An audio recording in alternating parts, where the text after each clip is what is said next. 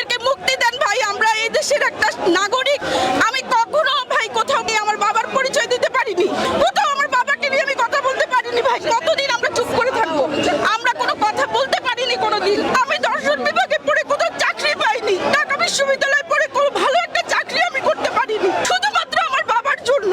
অথচ আমি বিশিষ্ট মুন্সি আব্দুর রব থেকে পড়াশোনা করছি দর্শন বিভাগে ঢাকা বিশ্ববিদ্যালয়ে 2009-10 সেশনে আমি চান্সও পেয়েছি, কিন্তু আমি কিছু করতে পারিনি শুধুমাত্র আমার বাবার কারণে। আমার বাবাকে দেশদ্রোহী মামলায় দিয়ে আটকে দিয়েছে। কেন ভাই? আমি সম্পূর্ণ মিথ্যা মামলায়, কোনো দোষ ছিল না আমার বাবার। আপনাদের বলতে পারবো না, 16 বছর ধরে আমরা চলতেছি ভাই। আমাদের সাধারণ ক্ষমা ঘোষণা করার পরও আমার বাবাদেরকে দীর্ঘদিন বিচারের নামে প্রহসন করছে। মাত্র আমাদের বাবারাই ছিল আমাদের পরিবারের অর্জনকারী একমাত্র সদস্য, অথচ আমার বাবাদেরকে আটকায় ফেলছে এই পরিবারগুলো। আমরা পথে বসে গেছি, কোনো কাজ নাই ভাই, আমরা করি নাই যে পেট চালানোর জন্য ভাই, আমরা পথে নেমে গেছি। আমরা এটার বিচার চাই, সুষ্ঠু বিচার হোক।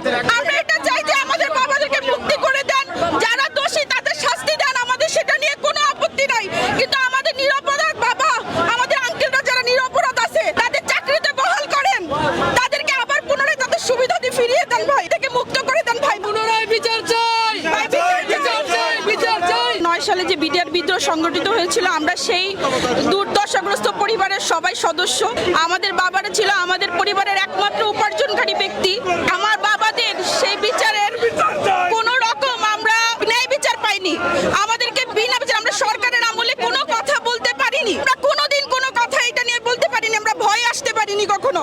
10টা লোক একটা জায়গায় দাঁড়াতে আমরা ভয় পাইতাম, যদি আমাদের কোনোভাবে ক্ষতি করতো, যদি আমাদের কোনোভাবে নিয়ে যেত বা কোনোভাবে আমাদের হয়রানি করতো ভাই। বিনা বিচারে যারা আটকে আছে তাদেরকে যেন মুক্ত দেয়। এই সরকারের কাছে আমার হাত জোর করে দাবি, আমার বাবাদেরকে এইভাবে আটকে রেখে আমাদেরকে আর পরিশান্ত করেন না, আমাদেরকে আর বিপদে ফেলেন না, আমাদেরকে মুক্তি দেন ভাই। আমরা এই দেশের একটা নাগরিক, কতদিন আমরা চুপ করে থাকবো? আমরা কোনো কথা বলতে পারিনি কোনোদিন। আমরা স্বাধীন দেশে আছি, আমার কাছে মনে হয়েছে যে আজকে আমরা কথা বলতে পারি, আমরা ন্যায় বিচার পাবো, যার কারণে আমরা সবাই একত্র হয়েছি। আমরা সবাই মিলে একত্র হয়েছি যে আমরা আজকে ন্যায় বিচার পাবো। আমি ঢাকা বিশ্ববিদ্যালয়ের দর্শন বিভাগের একজন ছাত্রী। আমি কখনো ভাই কোথাও গিয়ে আমার বাবার পরিচয় দিতে পারিনি, কোথাও আমার বাবাকে নিয়ে আমি কথা বলতে পারিনি ভাই। আমি দর্শন বিভাগে পড়ে কোথাও চাকরি পাইনি, ঢাকা বিশ্ববিদ্যালয়ে পড়ে কোনো ভালো একটা চাকরি আমি করতে পারিনি, শুধুমাত্র আমার বাবার জন্য।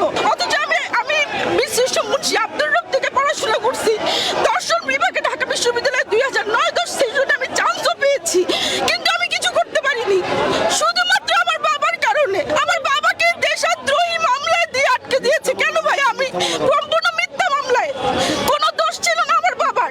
আমার বাবা একজন হসপিটালের কর্মী ছিল, কারো কোনো দোষ ছিল না। সাধারণ ক্ষমা ঘোষণা করার পর আমার বাবারা যোগদান করে, তারপরে আমার বাবাদেরকে রিমান্ডে নেওয়া হয়, যা ইচ্ছা তাই করা হয়ে আমার বাবাদেরকে মামলা দেওয়া হয়। আপনাদের বলতে পারবো না, 16 বছর ধরে আমরা চলতেছি ভাই। আমরা অনেক অভাবে ছিলাম, অনেক কষ্টে ছিলাম। আমি এমন বললাম না, এমন কোনো কাজ নেই যেটা আমার দ্বারা হয়নি, আমি করিনি, যে পেট চালানোর জন্য। কারণ আমার বাবা তো একমাত্র উপার্জনক্ষম ব্যক্তি ছিল। আমার একটা ভাই কোনো চাকরি পায় না, পড়াশোনা শেষ করে ঘুরে বেড়াচ্ছে, চাকরি নাই, বেকার হয়ে আছে।